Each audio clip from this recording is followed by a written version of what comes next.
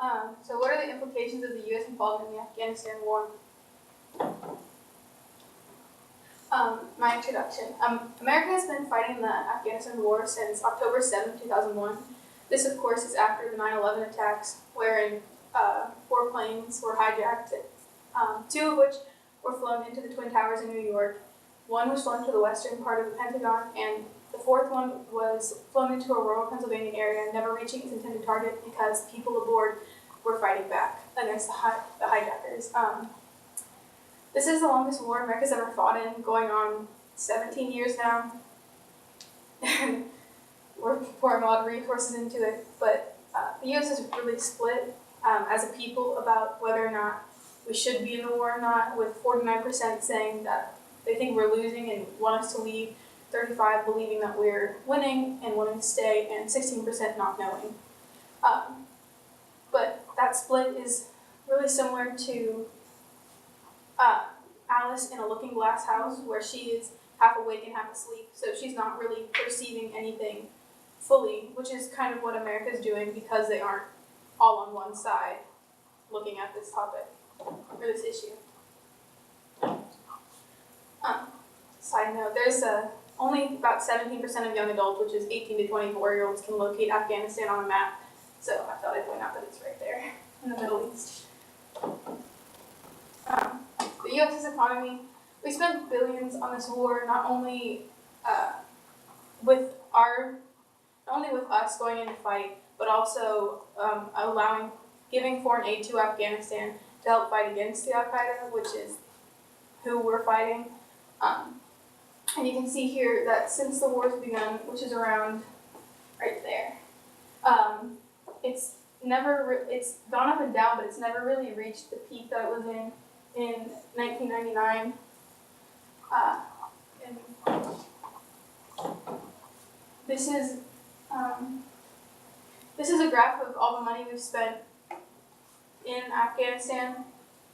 The highest being 2010, where we spent $112 billion, and the lowest being $5.7 billion. Afghanistan's economy, it's really only surviving on the foreign aid that they're getting, not only from America, but from other countries, and it's not doing too good. The U.S. has given around, it's around $5.06 billion. So like in total, I got that from the U.S. aid website, sorry. And they're talking about, they've been giving less over the past couple of years, but I don't have the total number because 2017 and 2018 are still shaky with their numbers. This is their GDP report. It's how their economy's doing. It was really high in 2009, or 2010, I can't really see. But since then, you can obviously tell that there's been a significant downfall within their economy.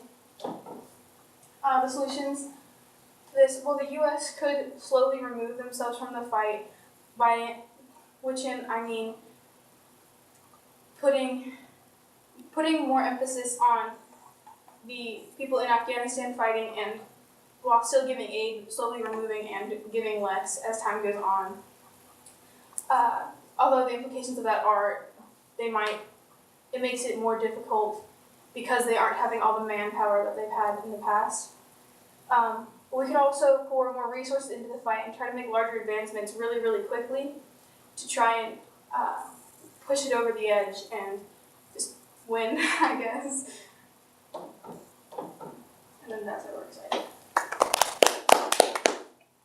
Okay, one question for you, Lily. Excuse me. How valid and reliable are the sources that you've used? How do you know? And which sources didn't work? I think my sources are pretty reliable. I used a couple of government websites and educational websites, and I did background checks on the authors, so they seem pretty credible with all the work they've done on it. What was the second part of that question? Which sources didn't work? I had clicked on a couple posts from like the New Yorker that weren't gonna fit in very well because they didn't seem very credible, although the information was abundant. That went really bad. Did it tape? Oh, it's still taping.